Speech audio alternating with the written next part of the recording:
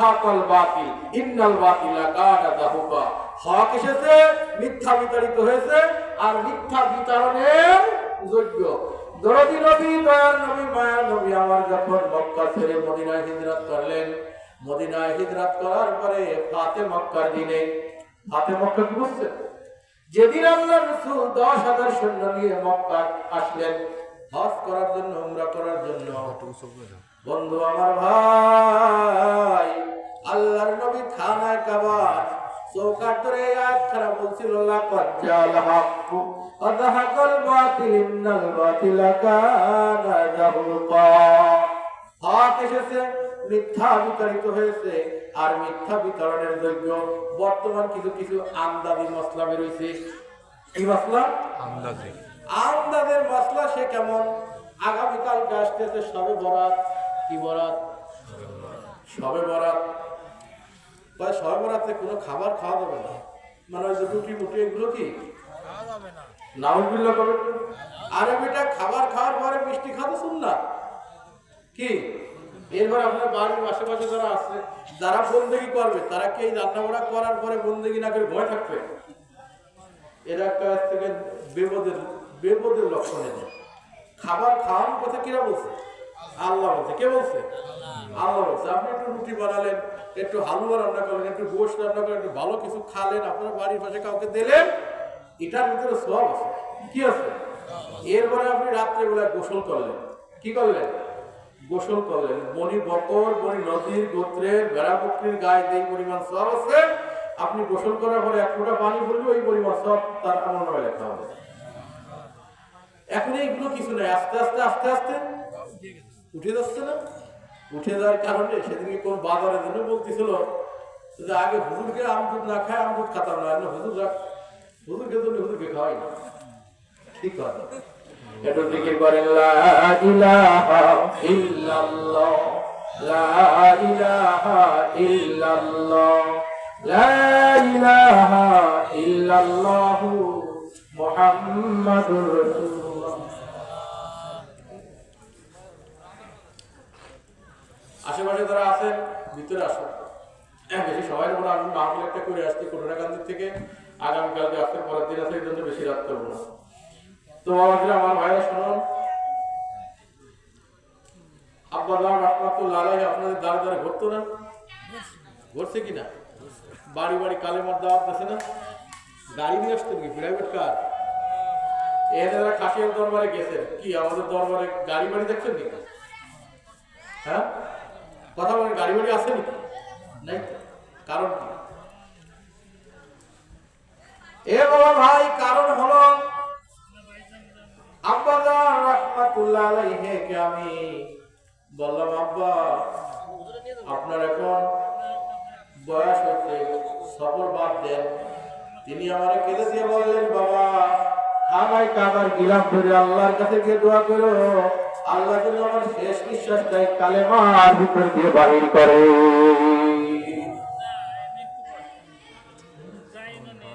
তো যেটা আমি বলতে চাচ্ছিলাম, শবে বরাতের সমস্যা হয় শবে বরাতের জন্য যদি রুটি খান, গোশত কিনে আনেন, খাওয়ান, এতে কোনো কি নাই, অপরাধ নেই। যারা অপরাধ বলবো তাদেরকে শুনবেন না। কেন শুনবেন না? সেটা হচ্ছে মানুষের ভিতরে জজ্বা আছে। কি আছে? জজ্বা বলেন শক্তি পাওয়া। যেমন নামাজ আপনাকে ডাকবে। কি নামাজ আপনাকে ডাকবে? কত নামাজ জাহান্নামে যাবে? কারা জাহান্নামে যাবে? নামাজ।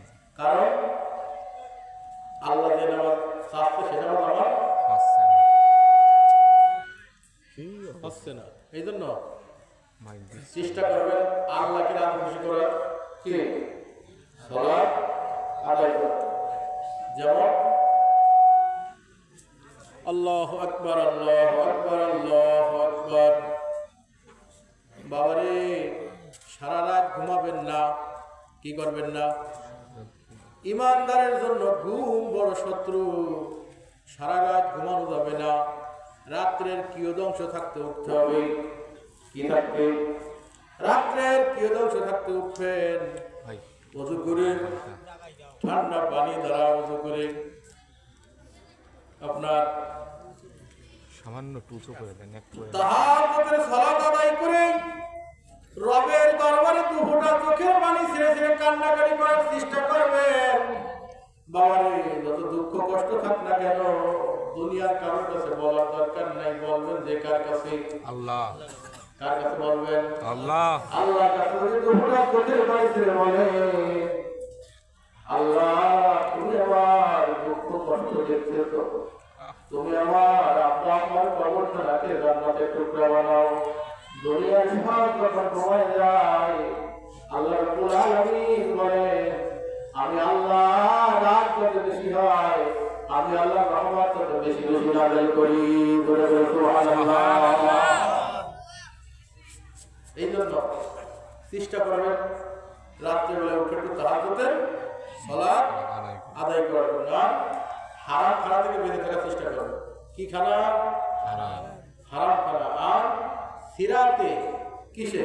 সিরাতে, সুরাতে, লেনা দেনা, কাজে কর্মে, কথা বার্তায় মুজাসসামে মুহাম্মদুর রাসূল সাল্লাল্লাহু আলাইহি ওয়াসাল্লাম। সুবহানাল্লাহ। নমুনা হবে কার? নবীজির। নমুনা হবে কার? মুহাম্মদুর রাসূল সাল্লাল্লাহু আলাইহি ওয়াসাল্লাম। বন্ধু দেখেন, আজকে যে এখানে হাজির হয়েছি আমরা, গতবার যাদের নিয়ে এখানে বসছিলাম অনেকের কবরের মধ্যে জবজবতা লাগেছে, গেছে কি যায় নাই? গতবার যাদের নিয়ে রমজান রোজা রেখেছিলাম, ইফতারি করেছিলাম, সেহরি খেয়েছিলাম, এবার অনেকের কবরের উপর দিয়ে জবজবতা লাগে গেছে। ও বাবা ভাই, আগামী রমজান পর্যন্ত আপনার আমার কবরে জবজবতা জ্বালাইতে পারে, আবার আমার আল্লাহ দুনিয়ায় রাখতেও পারে। কি পারে? কি পারে না? এই জন্য কান্নাকাটি করবেন আল্লাহর কাছে, যে যা বলে বলুক, কোনো মাসলাতি খেয়াল করবেন না। আমি ডাকতেছি কারে? আমার আল্লাহ। লা ইলাহা ইল্লাল্লাহ। এই যে লা ইলাহা ইল্লাল্লাহ ধাক্কা দিলেন বাবা, আপনি লা ইলাহা ইল্লাল্লাহ জপতেছেন ঠিকই, কিন্তু লা ইলাহা ইল্লাল্লাহের কত শক্তি এটা আপনি বুঝতেছেন না। কারণ এই লা ইলাহা ইল্লাল্লাহ ধাক্কা মেরেছিলেন হযরত ইব্রাহিম আলাইহিস সালাম। কে মারছিল? লা ইলাহা ইল্লাল্লাহর শক্তি কত! ইব্রাহিম আলাইহিস সালাম লা ইলাহা ইল্লাল্লাহর ধাক্কা দিয়ে নমরুদের কুণ্ডলীকে কিন্তু শেষ করে দিয়েছিল। এই মুসা আলাইহিস সালাম লা ইলাহা ইল্লাল্লাহর ধাক্কা দিয়ে ফিরাউনকে ধ্বংস করে দিয়েছিল। লা ইলাহা ইল্লাল্লাহর ধাক্কা দিয়ে বিশ্বনবী মুহাম্মদুর রাসূল সাল্লাল্লাহু আলাইহি সাল্লাম আবু জাহেলের বংশ শেষ করে দিয়েছে। আজকে ঠিক এই মুহূর্তে যদি আপনি আর আমি কালেমা বুঝি, আর কালেমা বুঝে লা ইলাহা ইল্লাল্লাহ, সেইটা কালেমা বুঝে যদি আপনার আমল করতে পারি, অবশ্যই কোনো বাতিল আপনার আমার সামনে এসে দাঁড়াতে পারবে না, পারবে না, পারবে না, পারবে না। দেখেন কালেমার শক্তি কি শক্তি! আপনার রহমাতুল্লাহ আলাইহির একজন মুরিদ, আপনার ইসের এই যে গোপালপুরের আদি সাহেব ছিলেন না, অনেকেই তোমরা চেনেন, জোনো আদি সাহেব চেনেন না? এই আদি সাহেবের শ্বশুর বাড়ি হচ্ছে আপনাদের এই পাশেই, ওনার শ্বশুরের নাম আছে ওলিয়ার রহমান। নাম কি? কথাটা প্রত্যেকে খুব ভালো করে শুনবেন। কিন্তু এই ওলিয়ার রহমান সাহেব আমাকে বলতেছে, হুজুর এই কয়েক মাস আগে বলতেছিল আলফাডাঙ্গার এখান থেকে যে আব্বাজান রহমাতুল্লাহ ডাক দিয়ে বললেন, ওলিয়ার খাজা সাহেবের সঙ্গে সাক্ষাৎ হলে কিছু চাই রেখো। উনি যেভাবে বলছে আমি কিন্তু সেইভাবে আপনাদের বলতেছি, খুব খেয়াল করে।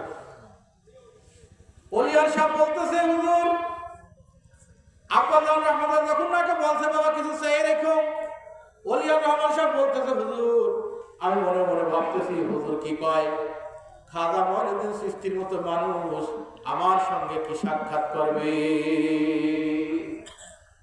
এরপরে বাবা ওলিয়ার সাহেব বলতেছে, হুজুর এক সপ্তাহ যাইতে না যাইতে খাজা সাহেবের সঙ্গে আমার দিদার হয়ে গেছে। জোরে জোরে সুবহানাল্লাহ, নারে তাকবীর, নারে তাকবীর। আল কোরআনের আলো, আল কোরআনের আলো, নারে তাকবীর, আল্লাহু আকবার। আল্লাহ ও বাবা ভাই, ওলিয়ার সাহেব বলতেছে, হুজুর খাজা সাহেবের সঙ্গে সাক্ষাৎ হওয়ার পরে আমি ওনার কাছে কিছু চাইতে পারি নাই। প্রায় 15 দিন পরে আব্বাজানের সঙ্গে ওলিয়ার রহমানের সাক্ষাৎ। কত হুজুরের সঙ্গে সাক্ষাৎ হওয়ার পরে আমি হুজুরকে বলি নাই কোন সময় যে হুজুর আমার সঙ্গে খাজা সাহেবের সাক্ষাৎ হয়েছে, কিন্তু হুজুরের সঙ্গে আমার দেখা হওয়ার সঙ্গে সঙ্গে আমাকে ধমক দিয়ে বলতেছে, বেটা বলছিলাম না কিছু চাই রাখছি, তা তো পারলা না।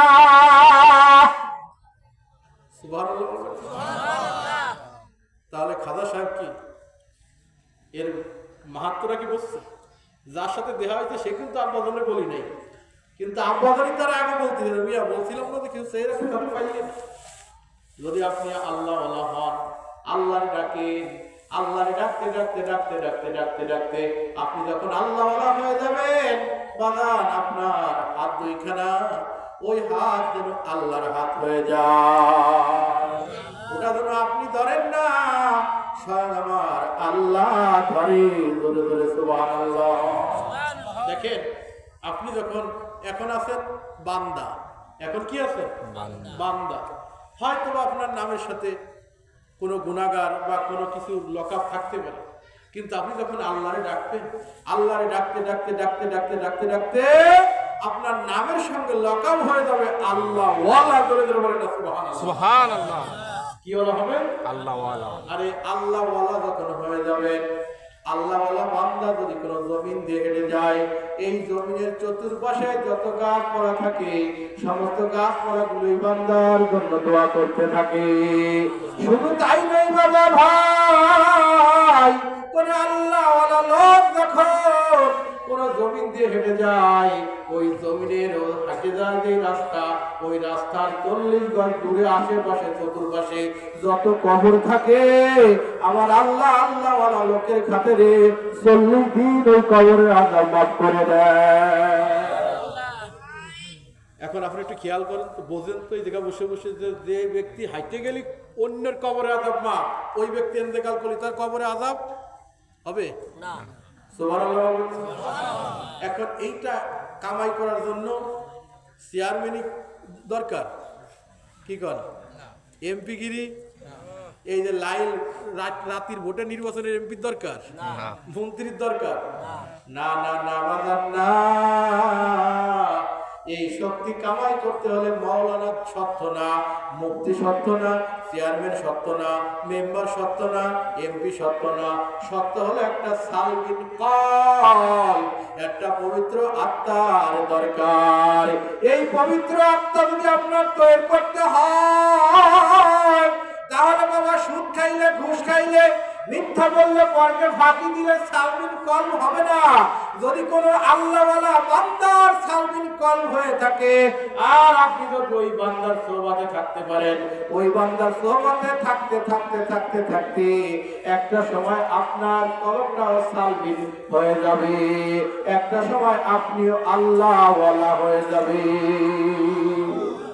এই জন্য আপনার সৎ সঙ্গে স্বর্গবাস, অসৎ সঙ্গে কি একে জামানা সোহবতে বা আউলিয়া, একে জামানা সোহবতে বা আউলিয়া, বেতেরা সাত সালে তু নাত্তা আদবেরিয়া।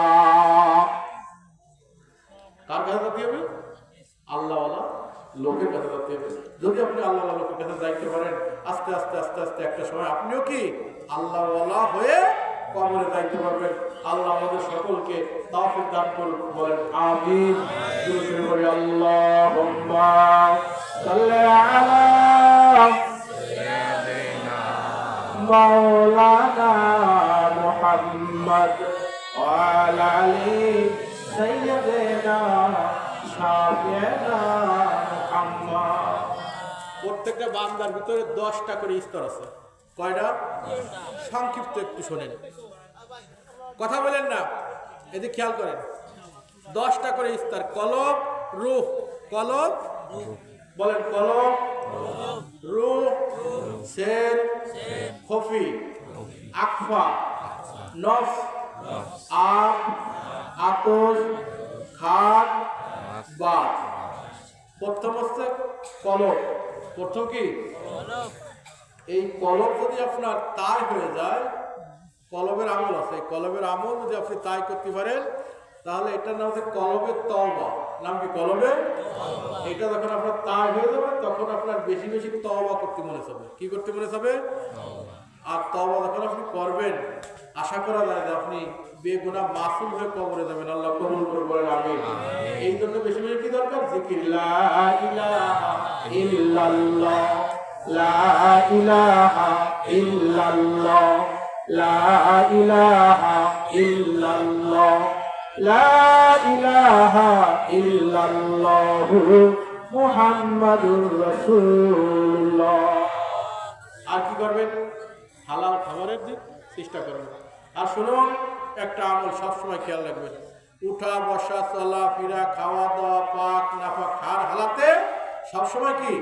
লা ইলাহা ইল্লাল্লাহ, লা ইলাহা ইল্লাল্লাহ, লা ইলাহা ইল্লাল্লাহ মুহাম্মাদুর রাসূলুল্লাহ সাল্লাল্লাহু আলাইহি ওয়াসাল্লাম। প্রিয় হাজিরিন, বর্তমান কিন্তু ওয়াজের অভাব নেই। অবশ্যই মনের মতো মাওলানারও মুফতি, মুহাদ্দিস, মুফাসসিরের অভাব নেই। কিন্তু কি অভাব হয়ে গেছে আল্লাহওয়ালা লোকের। কি ওয়ালা লোকের? আপনারা এই যে মাজলিসে বইছেন, এই সময় আপনাদের এই অঞ্চলে আমার আব্বাদুর রহমতুল্লাহ অনেকগুলি মাহফিল প্রতিষ্ঠিত করছে। আমরা তো সাক্ষী আছি। হ্যাঁ, আমরা তো সাক্ষী আছি। আলহামদুলিল্লাহ বলবেন। এই যে মাহফিলগুলো তিনি প্রতিষ্ঠিত করে গেছেন, প্লেনে আসতো নাকি? কন্ট্যাক্ট করতো নাকি? আল্লাহু আকবার, আল্লাহু আকবার।